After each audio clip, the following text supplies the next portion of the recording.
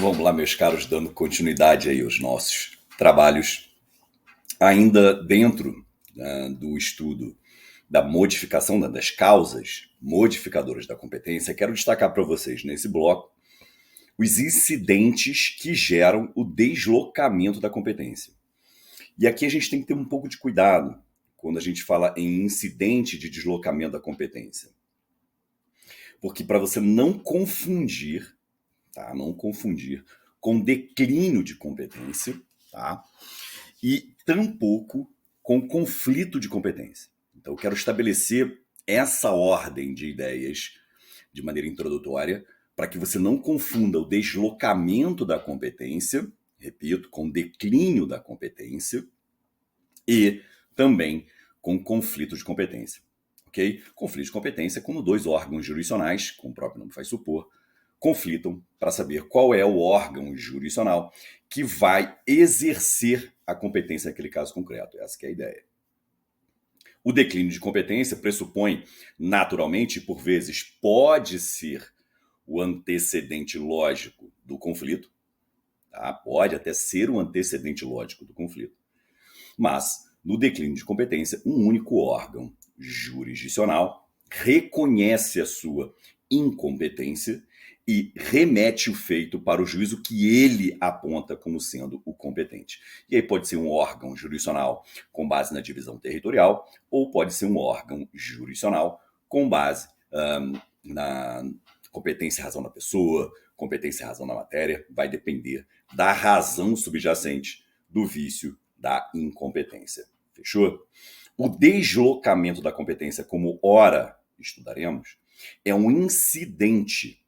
Ou seja, no curso de uma relação jurídica processual já posta, haverá, em um dado momento, uma discussão em virtude de um fato jurídico posterior, haverá a discussão a respeito da modificação da competência originária. Então, claro que aqui seria mais um exemplo da modificação da competência e também, obviamente, uma exceção a perpetuatio jurisdictionis. Fechado? Pois bem, basicamente a gente vai trabalhar com dois incidentes de deslocamento da competência. Um deles que está previsto no Código de Processo Civil e também na Lei 9469 de 97, que trata lá da intervenção anódina, e a gente vai ver isso aí. E o segundo incidente que a gente encontra no nosso sistema jurídico está previsto na Constituição, no artigo 109, parágrafo 5º da Constituição. Então, repito, no sistema jurídico atual, existem duas modalidades expressamente previstas. Tudo bem? Tranquilo? Beleza. Então, repito, o incidente de deslocamento da competência, como o próprio nome faz supor, ele gera a alteração da competência que já foi fixada. Fechado? Bom, sobreleva notar que esses dois exemplos, essas duas modalidades que eu me referi, a primeira, que está no artigo 45 do Código de Processo Civil, e a segunda, que está no artigo 109, parágrafo 5º da Constituição, essas duas modalidades de deslocamento de competência partem de uma mesma premissa. O deslocamento da competência do juízo estadual para o juízo federal. Os procedimentos são diferentes. A premissa é a mesma, mas os procedimentos são diferentes.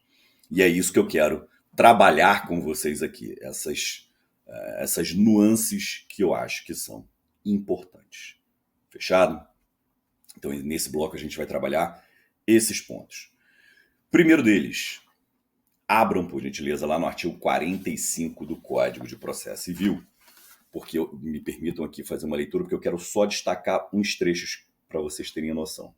Olha o que diz o artigo 45. Tramitando o processo perante outro juízo, os autos serão remetidos ao juízo federal competente, se nele intervier União, as empresas públicas, entidades autárquicas e fundações, ou Conselho de Fiscalização de Atividade Profissional, na qualidade de parte ou de terceiro interveniente, exceto as ações. Então, primeiro detalhe aqui, já puxa uma remissão para o artigo 109, inciso 1 da Constituição.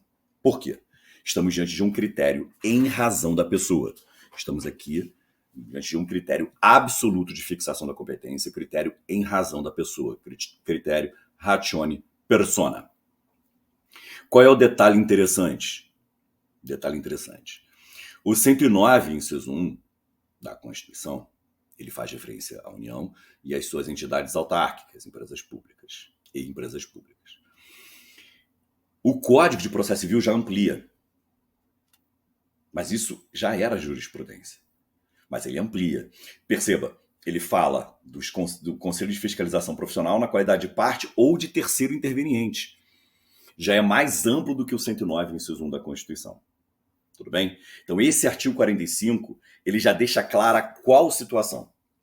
Se o processo estiver em curso perante um órgão jurisdicional e, no curso desse processo, surgir um interesse dessas pessoas que foram indicadas aqui, nesse artigo 45, combinado com o 109, inciso 1 da Constituição, qual deve ser a postura desse órgão jurisdicional?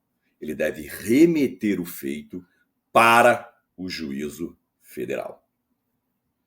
Professor, mas isso não é declínio de competência? Perceba. Olha o detalhe. Então, esse órgão federal pode ser União, empresa pública, fundação ou conselho de atividade profissional. Pugna por sua participação em um processo perante o juízo estadual. O juízo estadual, ele não tem competência, cuidado com isso, ele não tem competência para analisar a existência ou não de interesse dessas entidades. Tanto é verdade que destaco aqui para vocês a súmula 150 do STJ, que expressamente diz isso, que compete à Justiça Federal. Então, é da competência da Justiça Federal avaliar se há esse interesse. Ok? Fechado? Fabrício, então já aconteceu a alteração da competência? Já aconteceu o deslocamento da competência? Não, aqui tem uma singeleza. Então, esse juízo estadual recebe essa manifestação, por exemplo, da União. A União fala assim, olha, Excelência, tenho interesse nesse feito. O juízo estadual não tem competência, conforme súmula 150 do STJ, ele não tem competência para avaliar a existência ou não do interesse. Essa competência pertence ao juízo federal. Então, ele remete ao juízo federal para que esse juízo avalie a existência ou não desse interesse. Ficou clara aqui a ideia? Então, essa remessa prima facie é para avaliar a existência ou não desse interesse. Fechou? Tranquilo até aqui? Beleza. Bom, tanto é verdade que você vai remeter para o juízo federal para que ele avalie a existência desse interesse, que eu só vou poder falar em deslocamento, tecnicamente, em deslocamento, se esse juízo federal afirmar o seguinte, olha, existe o interesse dessa entidade. Se o juízo federal afirmar de maneira peremptória a existência do interesse desse ente federal, aí eu já posso falar que haverá deslocamento da competência. Então, repito, está no juízo estadual. Ele verifica a existência, né, a presença de algum ente federal. Ele remete para o juízo federal avaliar a existência ou não desse interesse. Esse juízo federal vai avaliar se está ou não presente. Se estiver presente, haverá o deslocamento. Se não estiver presente, se o juízo federal disser assim, não há que se falar nesse interesse dessa entidade federal, ele remete de volta para o juízo estadual. E aí destaco para vocês a súmula 224 do STJ. Porque, repara, se o juízo federal disser que não existe interesse, ele vai determinar a exclusão do feito desse ente federal. Ele vai determinar a exclusão do feito desse ente federal. E aí, vejam, ao determinar a exclusão desse ente federal, ele vai restituir os autos para o juízo estadual. Ou seja, não é caso de suscitar conflito, mas sim de restituição dos autos. Então vejam, chegou no federal, não tem interesse, manda de volta para o estadual. E o estadual não pode suscitar conflito, nem o federal, porque não é caso de conflito. Cada um atua no âmbito da sua competência. Destaco também a súmula 254 do STJ. Porque essa decisão do juízo federal, que verifica a inexistência desse interesse, não pode ser revista pelo juízo estadual. Ficou clara aqui a ideia? Tudo bem? Bom, outro detalhe. Isso tudo você vai encontrar nos parágrafos 1º, 2º e 3º desse artigo 45. Vou aqui me abster de ler para não ficar aquela coisa chata. Mas está lá nos artigos, no artigo 45, seus parágrafos 1º ao 3º. Qual o destaque relevante aqui? Porque eu falei em vários momentos sobre interesse. Olha só o detalhe. Vamos lá ao artigo 109, inciso 1 da Constituição. Vamos lá. Desculpa, eu quero só destacar para vocês um detalhe que às vezes pode passar batido. Olha só. Aos juízes federais compete processar e julgar, inciso 1, as causas em que a União, entidade autárquica ou empresa pública federal forem interessadas. Para aí. Forem interessadas. Qual é a premissa que a gente fixa toda vez que a gente estuda intervenção de terceiros? Essa intervenção, ela ocorre quando? Quando estiver presente o interesse jurídico. Fechou? Pois bem. Qual o cuidado, qual é a singeleza aqui nesse tópico que eu acho importante? A singeleza é: fica atento, porque a pessoa jurídica de direito público não precisa demonstrar interesse jurídico. Repito, a pessoa jurídica de direito público não precisa demonstrar interesse jurídico. Pode ser interesse meramente de fato ou interesse econômico. Não precisa ser jurídico. E por que eu estou batendo nessa tecla de maneira tão enfática? Justamente porque essa ideia da necessidade de interesse jurídico vai te induzir a erro.